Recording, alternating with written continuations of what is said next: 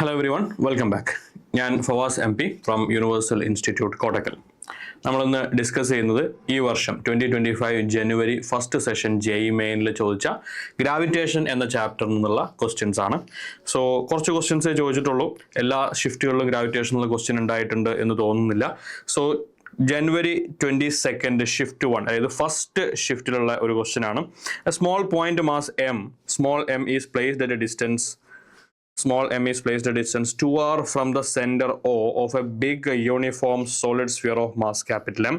The radius r. So idana mass capital M, idana the radius capital R. The gravitational force on small m due to capital M is F1. A spherical part of radius r by 3 is removed from the big sphere as shown in the figure. Okay. So ഈ ഫിഗറിൽ നിന്ന് ഇത്രയും ഭാഗത്ത് ഒരു ചെറിയ sphere remove ചെയ്തു.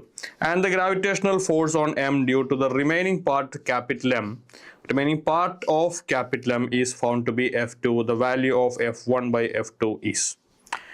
Okay, so ആദ്യത്തെ situation എന്ന് പറയുന്നത് we have a big sphere, mass M, radius capital R. അവിടെ നിന്ന് ഈ ഡിസ്റ്റൻസ് തന്നിരിക്കുന്നത് placed at a distance 2r. So particle ചെറിയ പാർട്ടിക്കിൾ സ്മോൾ m പ്ലേസ് ചെയ്തിട്ടുള്ള ഡിസ്റ്റൻസ് 2r ആണെന്ന് പറഞ്ഞാൽ 2r from the centre O, മൊത്തത്തിലുള്ള ഡിസ്റ്റൻസ് ആണ് 2r. So this is 2r. അതിന് എക്സ്പീരിയൻസ് ചെയ്യുന്ന ഫോഴ്സിനെ F1 എന്നാണ് ഡിനോട്ട് ചെയ്തിട്ടുള്ളത്. സോ ഈ കാണുന്നത് F1. You can write F1 is equal to രണ്ട് സ്ഫിയർ അല്ലേ, G capital M small m divided by the distance 2r the whole square, which is G capital M small m divided by 4r square. അവിടെ ഇരിക്കട്ടെ. രണ്ടാമത് പറയുന്നത് ഈ കാണുന്ന സ്ഫിയറിൽ നിന്ന് ഒരു ചെറിയ സ്ഫിയർ റിമൂവ് ചെയ്തു. അതായത് ഇത് വലിയ സ്ഫിയറും അവിടെ നിന്ന് ഒരു ചെറിയ സ്ഫിയർ റേഡിയസ് r/3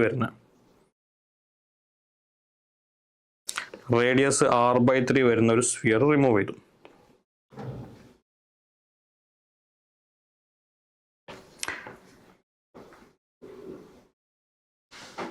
റിമൂവ് ചെയ്തു എന്ന് പറഞ്ഞു കഴിഞ്ഞാൽ റിമൈനിങ് പാർട്ട് ഈ കാണുന്നതാണ്. എത്രയാണ് റിമൈനിങ്?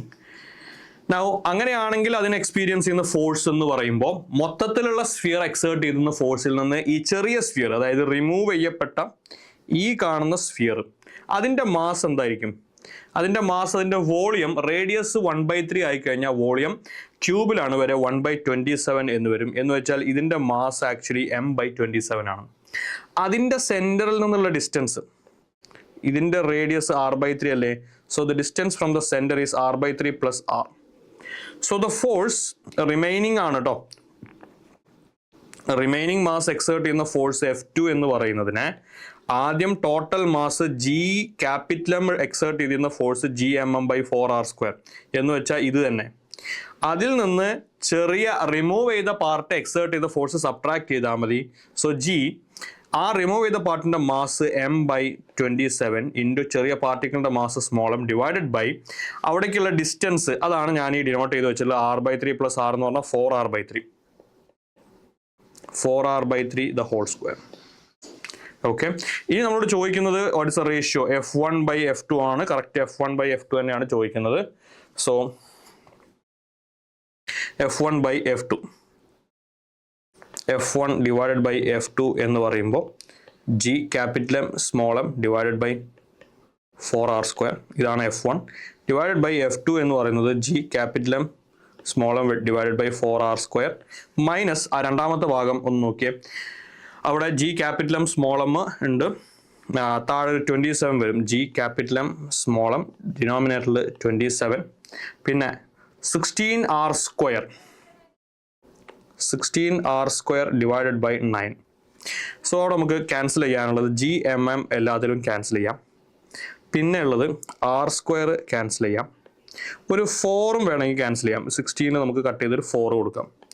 സോ എന്താ ബാക്കിയുള്ളത്? 1 ഡിവൈഡഡ് ബൈ 1 മൈനസ് 9/27 ഇൻറ്റു 4. ഈ കാണുന്ന 9ഉം 27ഉം കൂടെ കട്ട് ചെയ്താൽ you get 3. So this is 1 divided by 1 minus 1/12, which is 1 divided by 1 minus 1 by 12 എന്ന് പറഞ്ഞാൽ 11/12. So the ratio is 12 by 11.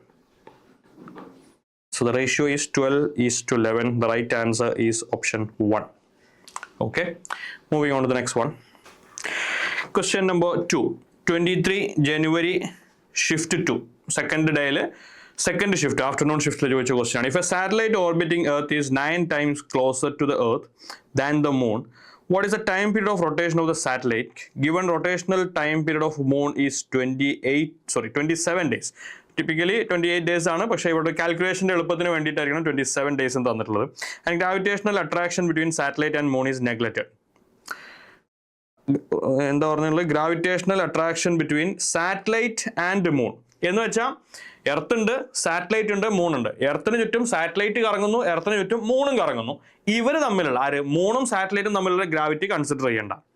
അങ്ങനെയാണെങ്കിൽ ചോദിക്കുന്നത് rotational time period of moon is okay. ചോദിക്കുന്നത് what is the time period of rotation of satellite.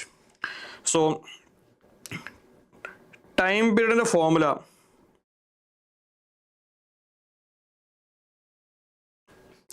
nine times closer to the earth than the moon. And time period in the formula 2 pi into root of r cube by gm.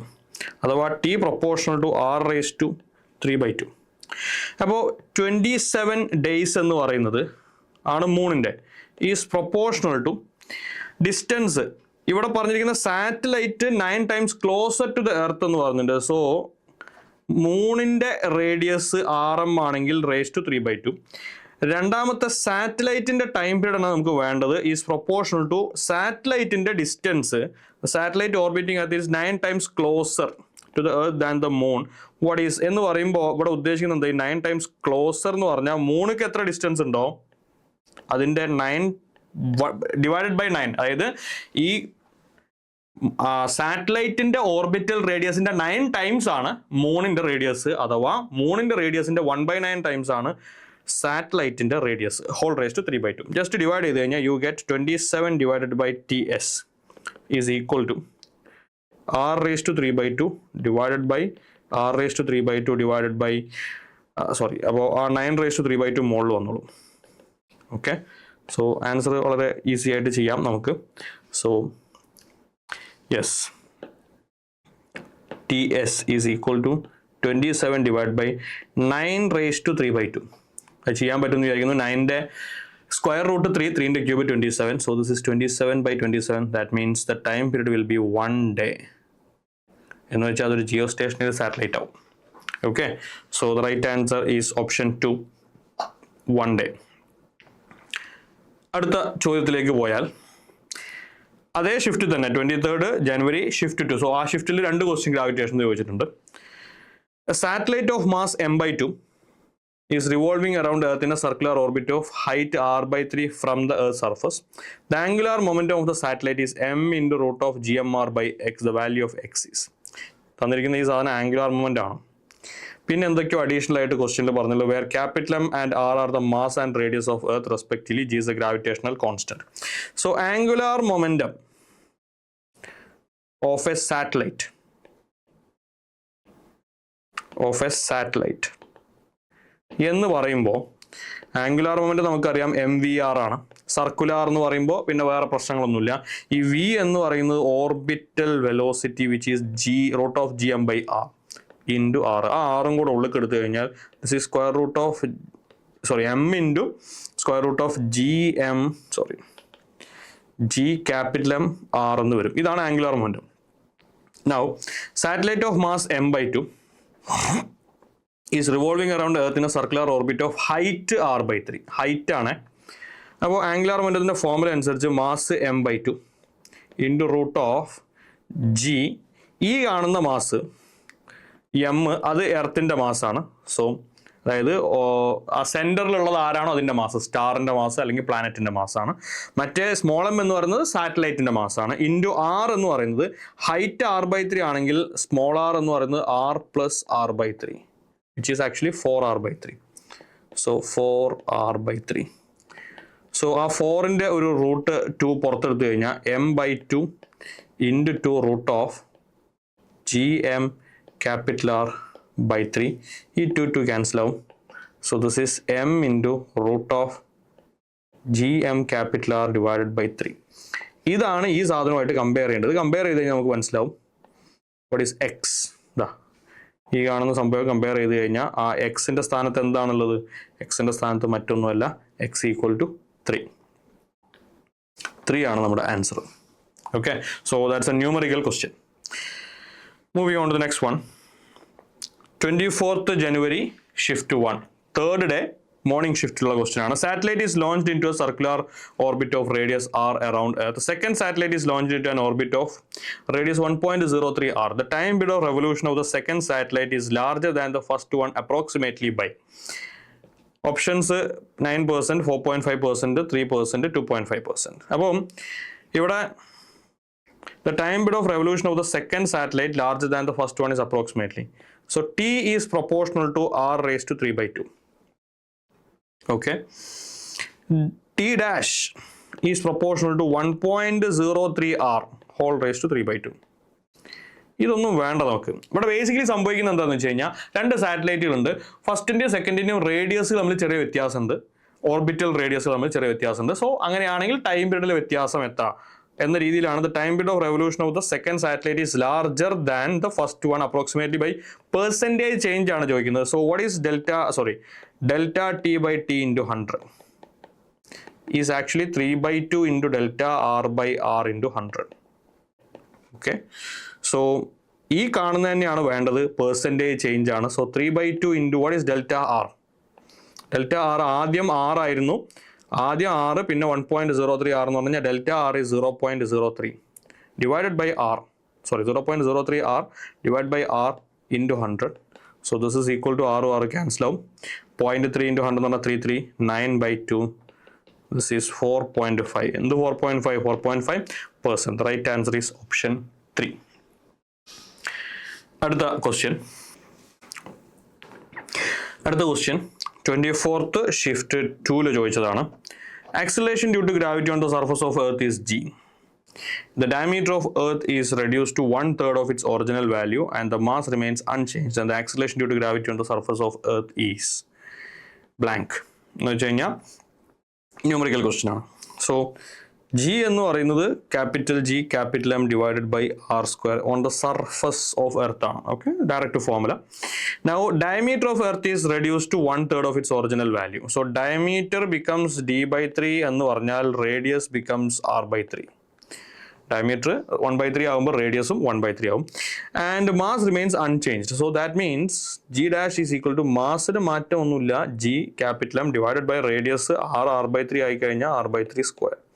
So this is actually 9 gm by r square, which is 9 times g. So the acceleration due to gravity on the surface will be 9 times g. So numerical question ആണ്, 9 is the answer. Okay. അടുത്ത question 28th January shift 2 second shift ൽ ചോദിച്ചതാണ്. Earth has a mass 8 times and radius 2 times of a planet. The escape velocity from Earth is 11.2 km per second. Escape velocity in kilometer per second from the planet will be. So Earth's escape velocity and the planet's escape velocity ആണ് ചോദിക്കുന്നത്. Earth has mass 8 times and radius 2 times that of a planet എന്ന് പറഞ്ഞു കഴിഞ്ഞാൽ ആ പ്ലാനറ്റിന്റെ mass എർത്തിന്റെ മാസിന്റെ 1/8. Earth has mass 8 times that of a planet. അതേപോലെ തന്നെ radius 2 times that of a planet എന്ന് പറഞ്ഞാൽ ആ പ്ലാനറ്റിന്റെ റേഡിയസ് എർത്തിന്റെ റേഡിയസിന്റെ ഹാഫും ആണ്. Now എർത്തിന്റെ എസ്കേപ്പ് വെലോസിറ്റി എന്ന് പറയുന്നത് square root of 2g capital M divide by capital R എന്ന് പറയുന്നതിന് നമുക്ക് 11.2 കിലോമീറ്റർ പെർ സെക്കൻഡ്. ഇനി ആ പ്ലാനറ്റിന്റെ എസ്കേപ്പ് വെലോസിറ്റി എന്ന് പറയുമ്പോൾ സ്ക്വയർ റൂട്ട് ഓഫ് 2g, ആ മാസ് m/8ഉം റേഡിയസ് r/2 എടുത്താൽ 2ഉം 8ഉം കട്ട് ചെയ്താൽ യു ഗെറ്റ് 4ന്റെ റൂട്ട് എടുത്താൽ ഒരു 2 പുറത്ത് വരും. So 1/2 square root of 2gm by r എന്ന് വെച്ചാൽ 11.2 kilometer per second divided by 2, and the answer is 5.6 kilometer per second. The right answer is option 3. Moving on to the next question. 27th January shift 2 question ആണ്. Two planets A and B are orbiting a common star in circular orbits of radii RA and RB respectively with RB equal to 2RA. The planet B is 4.2 times more massive than planet A. The ratio LB by LA of angular momentum LB of planet B to that of planet A is closest to integer. Okay. Angular momentum ratio ആണ് ചോദ്യം. Angular momentum നമ്മൾ മറ്റൊരു ക്വസ്റ്റ്യനിൽ MVR അത് simplify ചെയ്ത് കഴിഞ്ഞാൽ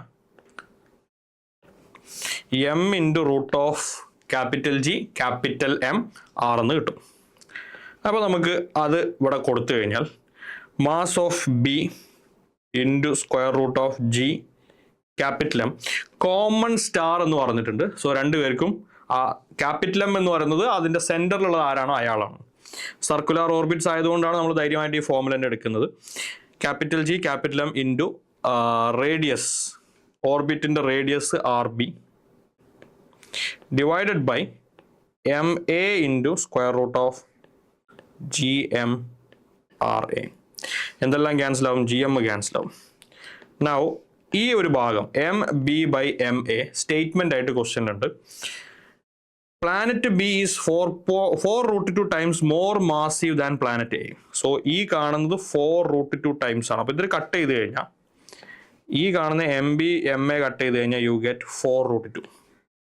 So this is 4√2 into root of RB by RA. Okay.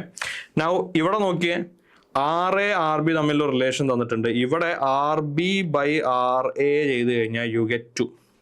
അപ്പോൾ this is 4√2 into root of 2. അതായത് 4 into √2 എന്ന് പറഞ്ഞാൽ 2 4 into 2 8 is closest to എന്നൊന്നും പറയാനില്ല. It's an integer and the integer is 8. The answer is 8. Okay. So that's the last question. ഇതാണ് answer key. നമുക്ക് കിട്ടിയ answers ഒക്കെ നമുക്ക് ചെക്ക് ചെയ്യാവുന്നതാണ്. സോ ഗ്രാവിറ്റേഷൻ എന്ന് പറയുന്ന ചാപ്റ്ററിൽ നിന്ന് 10 ഷിഫ്റ്റുകളിൽ ആക്ച്വലി 7 ക്വസ്റ്റ്യൻസ് ചോദിച്ചിട്ടുള്ളൂ എന്ന അതിൻ്റെ അർത്ഥം ചില ഷിഫ്റ്റുകളിൽ ക്വസ്റ്റ്യൻസ് ചോദിച്ചിട്ടില്ല.